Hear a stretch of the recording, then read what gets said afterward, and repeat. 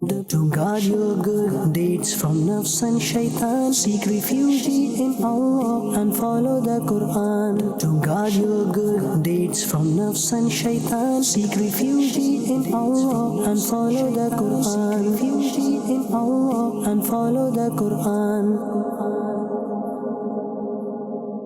Alhamdulillahi Rabbil Alameen, wassalatu wassalamu ala Sayyidil Anbiya'i wal Mursaleen. Amma ba'd, fa'a'udhu billahi minash shaitanir rajeem. Bismillahir Rahmanir Rahim. As-salatu wassalamu alayka ya Rasulallah wa ala alika wa ashabika ya Habiballah. As-salatu wassalamu alayka ya Nabiyallah wa ala alika wa ashabika ya Noorallah. My dear viewers of Madani Channel, we welcome you to the program, The Protection of Good Deeds. In the previous episode, we heard about mischief and differences with one another, that it is such an action that devours good deeds. We briefly analyzed the causes of mischief. In addition, we also discussed the moral principles that eliminate mischief. Today, we're going to discuss a few actions that destroy good deeds. First, let's listen to the excellence of Devour and then start our topic. It is stated in Al-Qawl al-Badi, after the demise of Sayyidina Abu Abbas Ahmad bin Mansur rahmatullahi alayhi, someone from Shiraz saw him in his dream dressed in a heavenly garment with a crown of pearls on his head, standing in the arch of main masjid of Shiraz.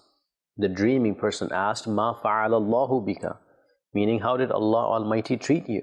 He replied, "Alhamdulillah, I used to recite durood upon the Holy Prophet sallallahu alaihi wasallam in abundance, and this action of mine benefited me. Allah Almighty forgave me and put the crown on my head and admitted me into paradise." Subhanallah. Sallu ala al-Habib sallallahu ala Muhammad sallallahu alayhi wa alihi wasallam. My dear viewers of Madani Channel, today in our episode, we're going to discuss a few actions that destroy good deeds. Unfortunately, those actions are frequently committed in the society today. Since those actions are sins, it is extremely necessary to refrain from them. One of those actions that destroy good deeds is to visit an astrologer. So the question is, who is an astrologer?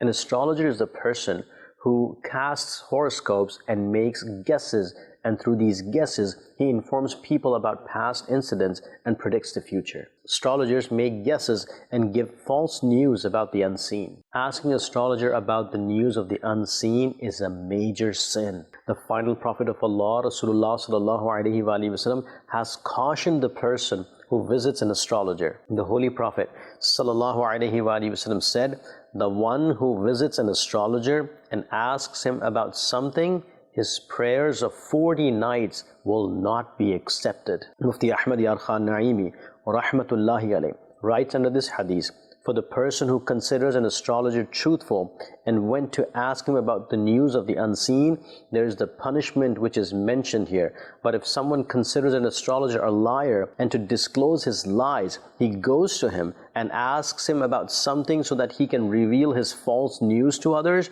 this punishment is not for him." Under the statement, prayers of 40 nights will not be accepted, the Honorable Mufti rahmatullahi alayhi writes, it means that these prayers of his will be valid, but he will not get a reward for them in the court of Allah Almighty. Remember that sins are forgiven through good deeds, but sins do not destroy good deeds. Rather, they are destroyed only by apostasy. In another hadith, it is mentioned that the repentance of such person is not accepted for 40 days. Anyways, asking an astrologer about the news of the unseen is an extremely major sin. My dear viewers of Madani Channel, we learned that seeking knowledge of the unseen by visiting astrologers lead to the deprivation of prayer rewards for 40 days. And repentance for such actions is not accepted. It is as if the person who visits an astrologer presents himself to destruction. Fortune tellers, astrologers are condemned in the Holy Quran because these people spread false news. Only Allah Almighty has the knowledge of unseen, and He grants to whomever He wills amongst his prophets and awliyas. Astrologers misguide the simple-minded Muslims through the false claims of knowledge about the unseen and extort wealth from them. In the Holy Quran and Hadith, it is declared a satanic action.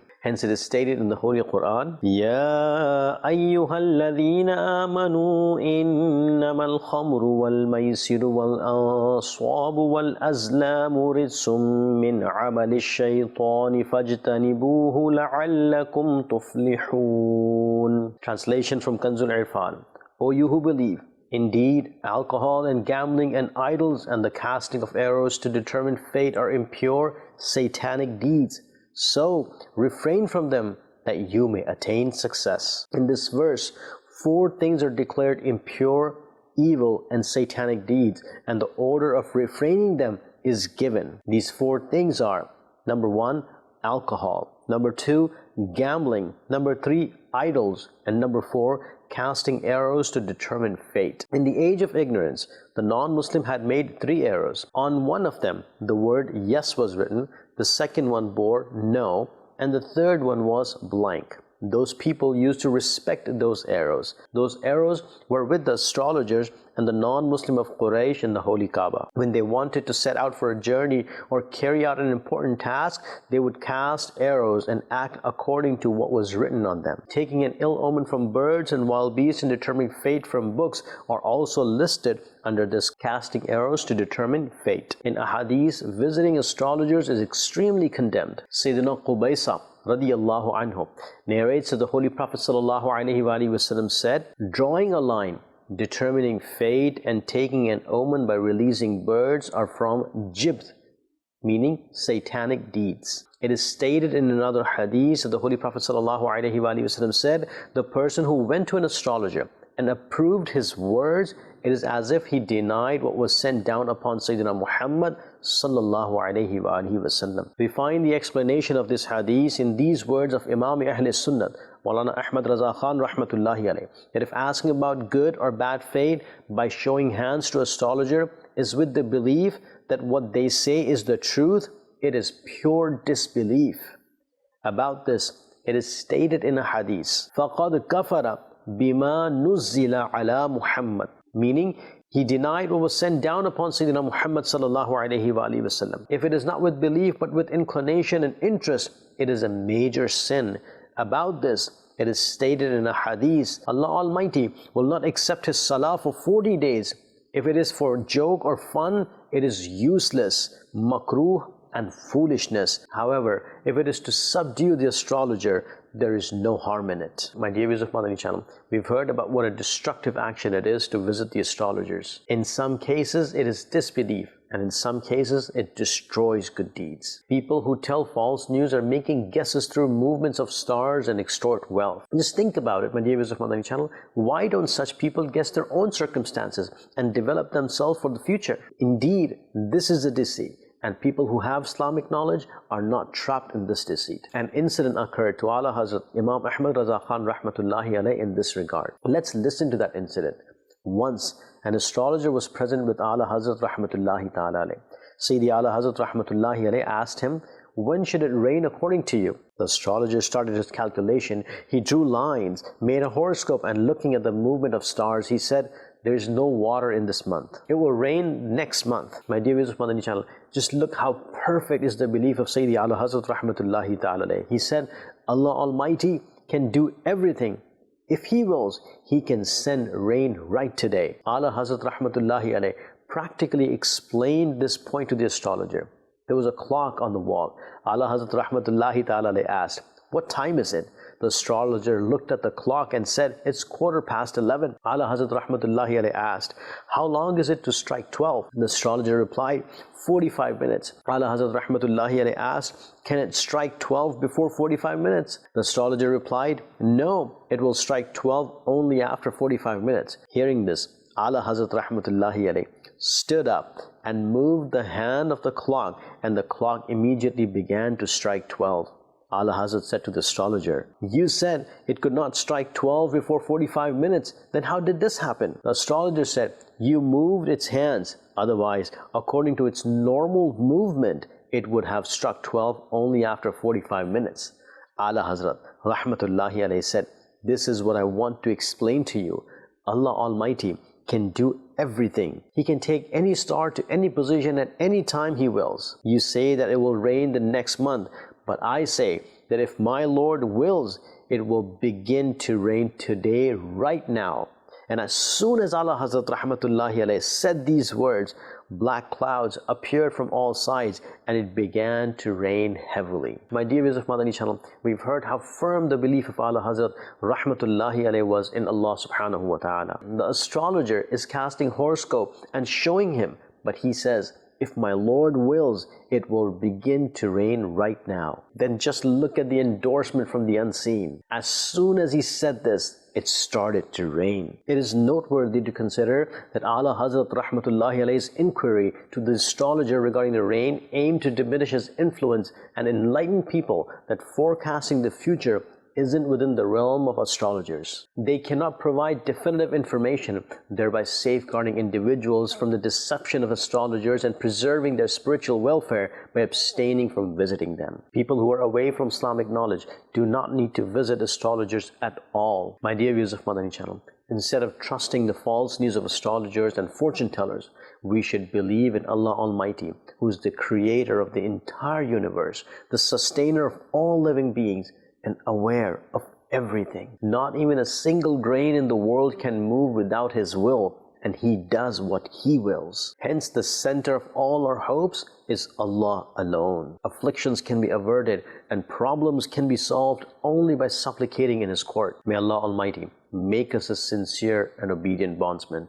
Ameen bijah Nabil Kareem sallallahu alayhi wa alihi wa sallam. Sallu ala al-Habib sallallahu ala Muhammad sallallahu alayhi wa alihi wa sallam. My dear viewers of Madani Channel, now let's discuss another action that destroys good deeds. Delaying Sunnah Salah after Fard Salah decreases the reward for the Sunnah, meaning the person gets less reward because of the delay. Some people engage in speaking or other activities before offering Sunnah Salah after Fard Salah. They should not do this. We should not speak to anybody after offering Sunnah Salah before Fard Salah and before offering Sunnah Salah after Fard Salah, because it decreases the reward. Someone asked Ala Hazrat Imam Ahmad Raza Khan Rahmatullahi alayhi.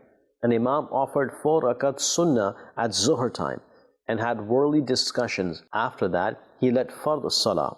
Will it flaw the Fard Salah or not? Will the reward for Sunnah Salah decrease or will it be invalidated? Ala Hazrat Rahmatullahi alayhi replied, "There is nothing that will flaw Fard Salah, nor will the Sunnah be invalidated. However, its reward decreases." It is mentioned in the book of Islamic jurisprudence, Tanveer al-Absar, if someone speaks between Sunnah and Faraid, the Sunnah are not invalidated, but the reward decreases. Allah Almighty knows best. My dear viewers of Madani Channel, we should try to offer Sunnah Salah after Fard Salah without a delay, so that its reward would not decrease because of the delay. A Muslim is certainly eager to perform good deeds, and life is extremely short. So in this short period, we should perform as many good deeds as we can. To increase our goodness for good deeds, let's listen to 3 sunan about post-Fard Sunan. Number 1.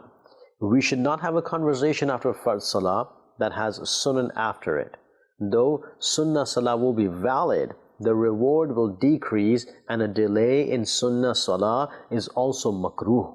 Similarly, even major invocations are not allowed to be recited. Number 2. Supplications should be brief before Sunnah Salah after Fard Salah. Otherwise, the reward of Sunnah will decrease. Number 3. The most correct opinion is that the conversation between the Sunnah Salah and Fard Salah does not invalidate the Sunnah Salah. However, the reward decreases. My dear viewers of Madani Channel, the third action that we're going to discuss today that destroys good deed is to pass in front of a Salah performer. Let's listen to what guidance ahadith contain about it. Sayyidina Abu Darda radiyallahu anhu said to a person who passed in front of him while he was offering Salah, "What moved you to do this?"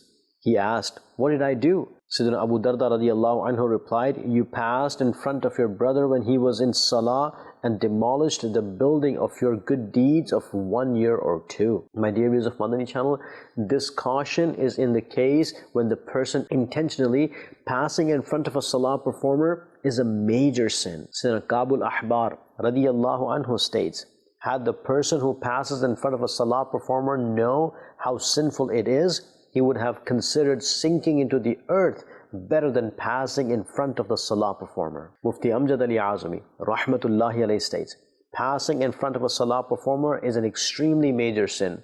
It is stated in a hadith, had the person who passes in front of a salah performer known what sin it contains, he would have considered standing for 40 better than passing in front of the salah performer. The narrator says, I don't know whether he said 40 days, 40 months, or 40 years. The Holy Prophet ﷺ said, had a person known what sin is involved in passing in front of his brother when he is in salah, he would have considered standing for 100 years better than taking a single step. My dear viewers of Madani Channel, we learned that intentionally passing in front of a salah performer can destroy good deeds, and it is even worse than sinking into the earth. Some people pass in front of a salah performer unintentionally, and to compensate for it, they go back. Remember, if someone passes unintentionally, he will not be a sinner. However, if he passes in front of the salah performer to compensate for his action, then he will be a sinner, because he committed this action intentionally,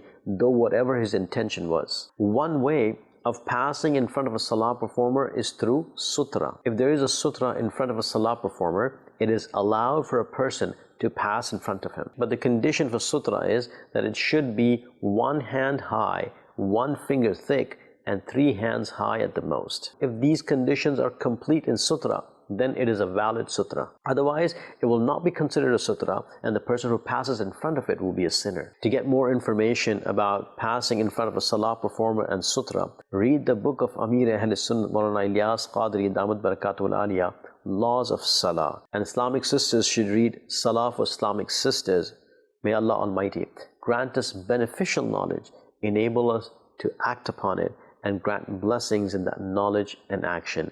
Ameen bijahin Nabil Kareem sallallahu alayhi wa alihi wasallam. My dear viewers of Madani Channel, in this episode, we learned about 3 actions that destroy good deeds. We learned about visiting an astrologer, we learned about delaying Sunnah Salah after Fard Salah, and then we learned about passing in front of a Salah performer. May Allah Almighty enable us to offer 5 times Salah punctually and safeguard us from sins.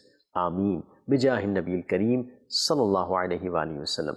Sallu ala al-Habib sallallahu ala Muhammad sallallahu alayhi wa alihi wasallam. To guard your good deeds from nafs and shaitan, seek refuge in Allah and follow the Quran. To guard your good deeds from nafs and shaitan, seek refuge in Allah and follow the Quran. Refuge in Allah and follow the Quran.